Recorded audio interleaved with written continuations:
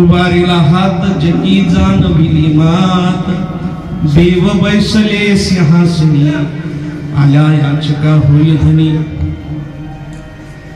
एकाच्या कैवारे उगवी बहुतांचे कोडे देव बैसले सिंहासनी आल्या याचका होय धनी दोही ठाई तुका पडो देत नाही चुका देव बैसले सिंहासनी आल्या याचका होय धनी महायोग पीठे तटे भीमव्रत्यां परम कुंडलिकाय धातु मुनींद्रै समागत्य तिष्ठं तमानंद कंदं परब्रह्मलिंगं भजे पांडुरंगं पांडुरंगा करू प्रथम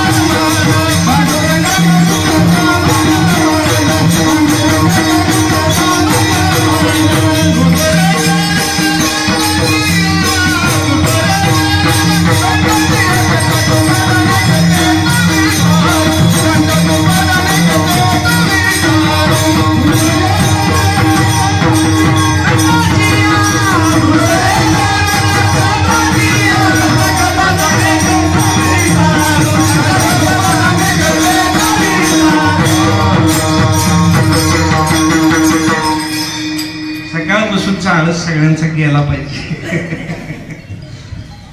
पांडुरंगा करू प्रथम नमन दुसरे चरण संतांची त्यांच्या कृपादाने कथेचा विस्तार बाबाजी जस सद्गुरु दास तुका जोडून या घर चरणी ठेवी तो माता परिसावी विनंती माझी पंढरीनाथ सेवेला गे सेवक घालू तुमच्या लागलो निज करना अहो स्वामी या देवा यावर न करावा अवेद मस्तक हे पायावरी या वारकरी संतांच्या विठाला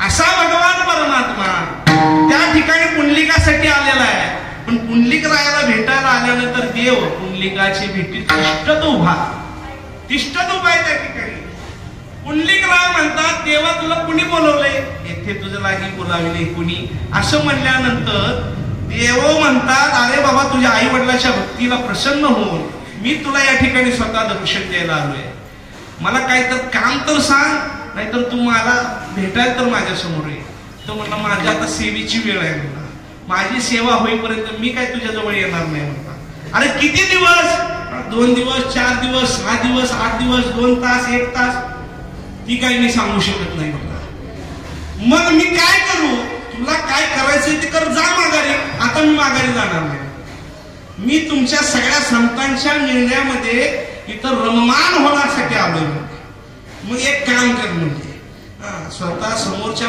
बाजूला एक वीट होती ती वीट महाराज पुंडलिकरायाने मागे भिरकवून टाकली आणि सांगितलं की जा त्या विटेवर उभा समाज म्हणू लागला ऐसा कैसा तू धीट मागे पुंडलिका ऐसा कैसा तू धीट मागे भिरकावली विटे किती धेट आहे तुला काय कळतं का म्हणले देवाला सांगतोय की जा तिथं उभा महाराज हे कवा होतं माहिती का? तुका म्हणे भावे देवा सत्तारा भावे.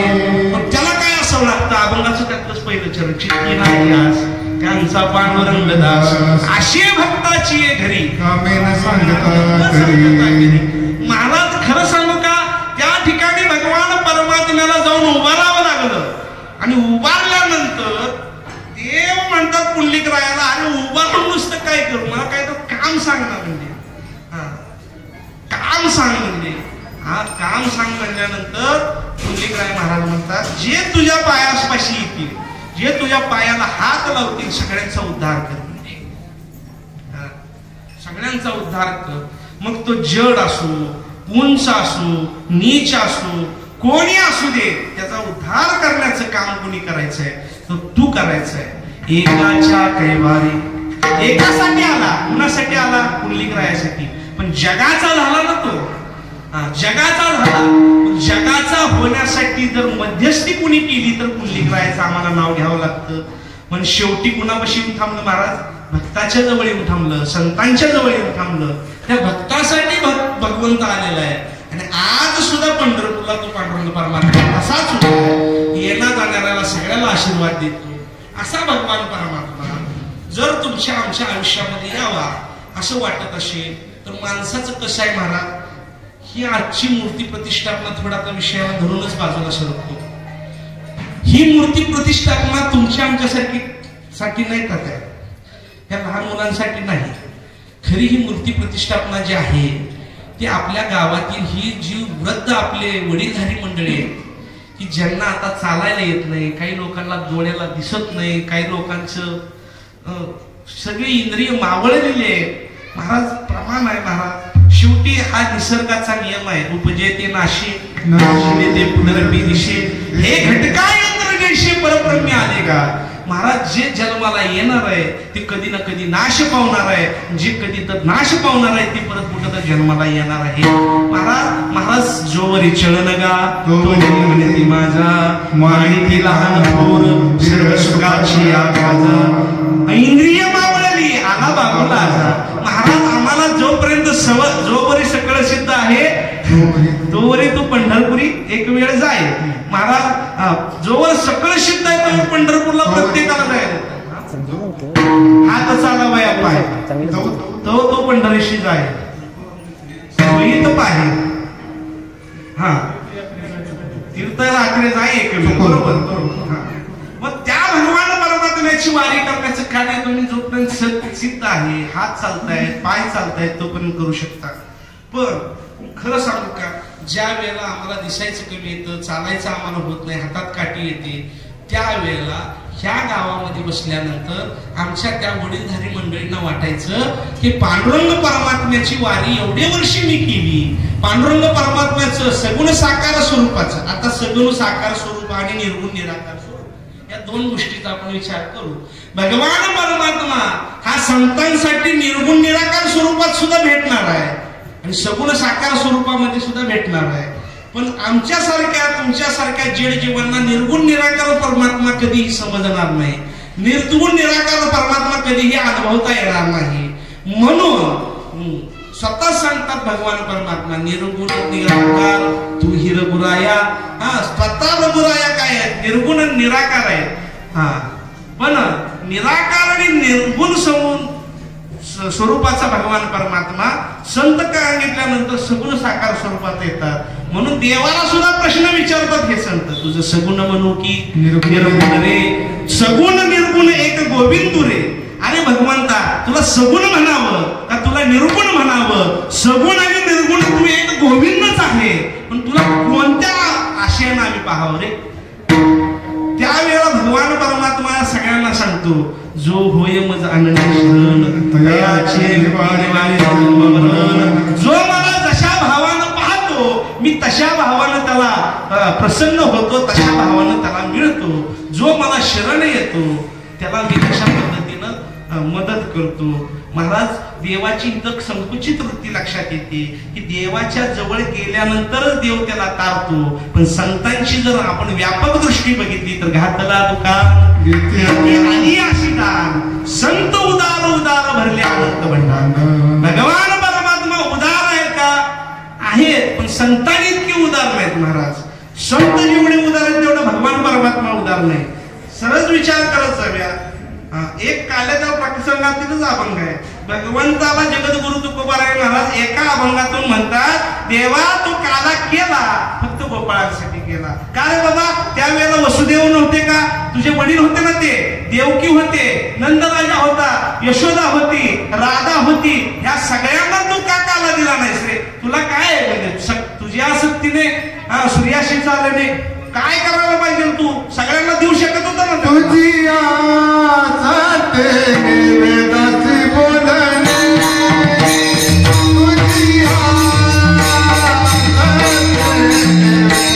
तुझी दुर्जनाशी समाज. तू येतो, भक्तांचं रक्षण करतो आणि दुर्जनांचा नाश करतो, निघून जातो. त्यामध्ये असणारे जे जड जीव आहे त्यांचा उद्धार करण्यासाठी तुझ्या अंशत्वाने का होणं आम्हाला काम करावं लागेल.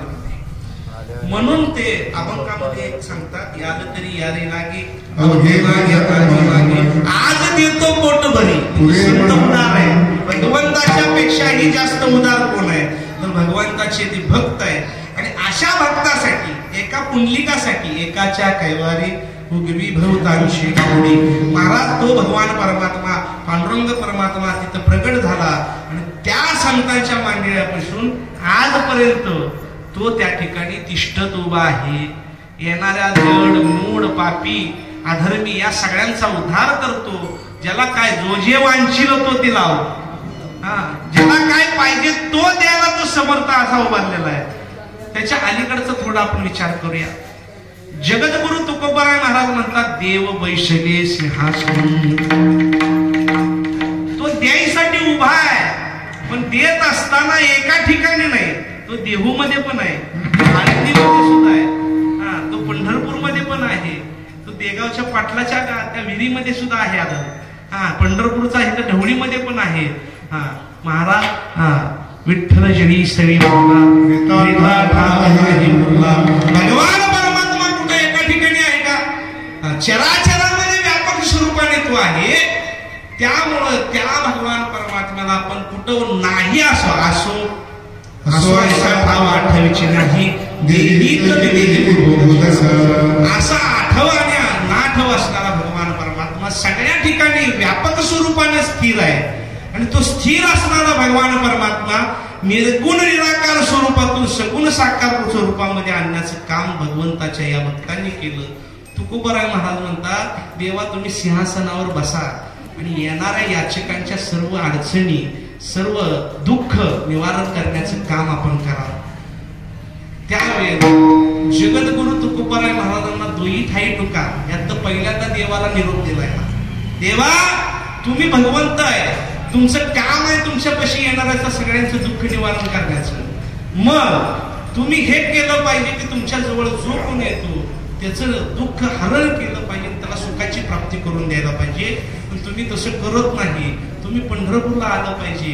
पंढरपूरला कोरोनाच्या काळामध्ये का तुम्ही आधार कडी लावून घेतली असं म्हणल्यावर काय अडचण आहे का? मला देवानं सुद्धा कडी लावून घेतली कोरोनाच्या काळात. 3 वर्ष आम्हाला सुद्धा वाऱ्या करताना अडचणी आल्या. पण देव म्हणतो कुठलंही चांगलं काम करत असताना त्रास हा होतोच. महाराज आम्हाला खरं सांगताना वाटतं फड परंपरा सांभाळणं एवढं सोपं नाही गुरुजी. पंढरपूरमध्ये आमचा एक छोटा पुतण्या चैतन्य नावाचा, त्यानं गळ्यामध्ये एक टाळ घ्यावा, आम्ही वेणा घ्यावा, आमच्या वडिलांनी झेंडा घ्यावा, आमच्या रामदास महाराजांनी जरीपटका हातात घ्यावा आणि आषाढी वारीची नगर प्रदक्षिणा आम्ही 5 लोकांमध्ये पूर्ण करावी. ही परंपरा टिकवणं एवढं सोपं आहे का? सोपं आहे का? महाराज माणूस जरी बाहेर आला, एखादा कलेक्टर जरी बाहेर आला तर त्याला सुद्धा म्हणायचे तुम्हाला काय अक्कल आहे का? घरात बसायला सांगितलंय का? नाही. पोलिसांना काय माहिती समोरचा व्यक्ती कलेक्टर आहे का कोण आहे? एवढं कडक वातावरण होतं तरी सुद्धा परंपरा ह्या टिकवल्या. कुणामुळे टिकवल्या? ह्या अदृश्य शक्तीमुळे टिकवल्या. या अदृश्य शक्ती या परंपरेच्या पाठीमागे कुठं तर आशीर्वाद स्वरूपानं आहे म्हणून त्या टिकल्या. आपण टिकवणारे नाही, टिकवून घेणारे ते भगवान परमात्मा आहेत. म्हणून दोही ठाई तू काय तुकोबाराय महाराज पहिल्यांदा देवाला जाऊन सांगतायत की सगळ्यांचा तुम्हाला उद्धार करावा लागेल. नुसता उद्धार करून चालणार नाही तर तुम्हाला कायमस्वरूपी उभारून कधी सिंहासनावर आरूढ होऊन आम्हा सगळ्यांचा उद्धार करणं तुम्हाला क्रमप्राप्त आहे. मग तुम्ही काय केलं पाहिजे? देव बैसले सिंहासनी. मग देवाचं होय म्हणल्यानंतर वहीत आहे तुका पुढे देत नाही चुका. चूक कुठली व्हायचं संतांकडून शक्य नाही. एक वेळ देवाकडून चूक होऊ शकते पण संतांकडून चूक होणं शक्य नसतं. देवाला पहिलं बांधून घेतलं तुकोबा महाराजांनी आणि मग खाली आले आणि अभंगाचं पहिलं चरण सांगितलं.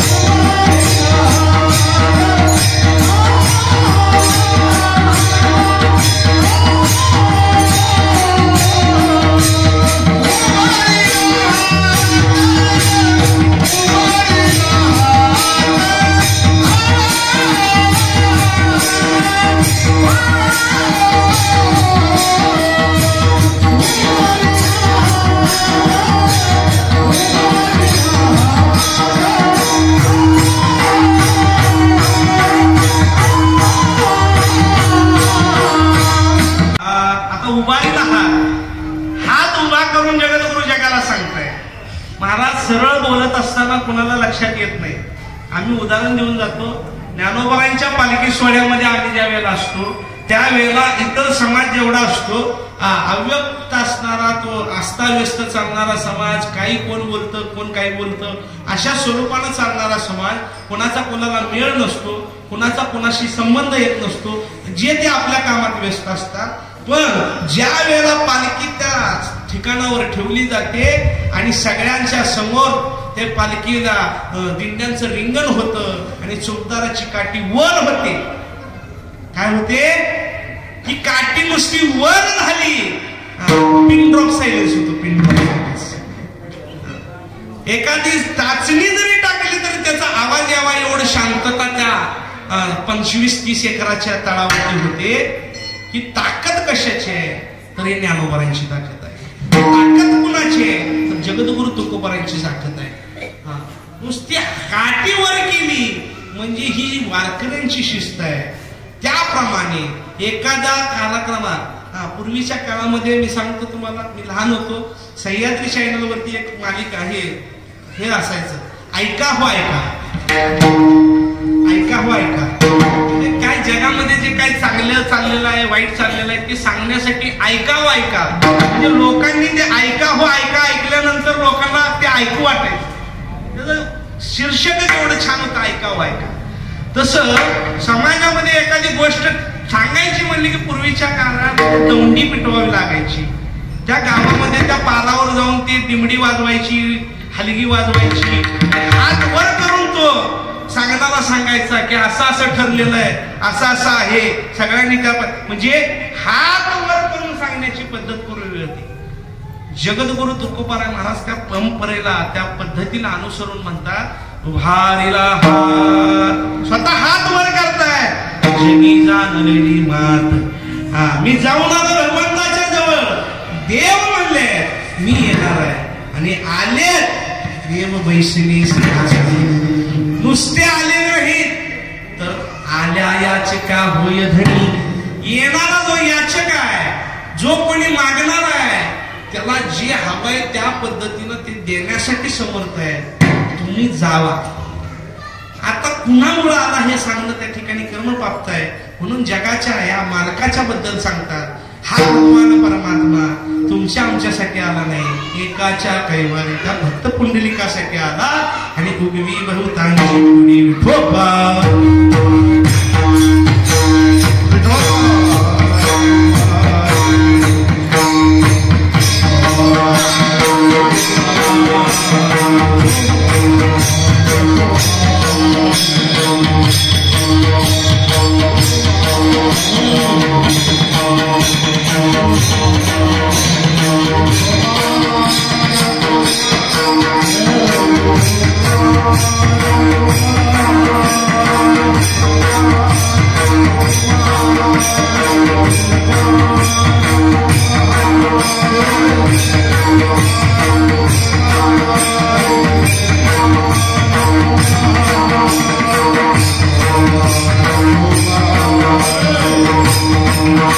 Oh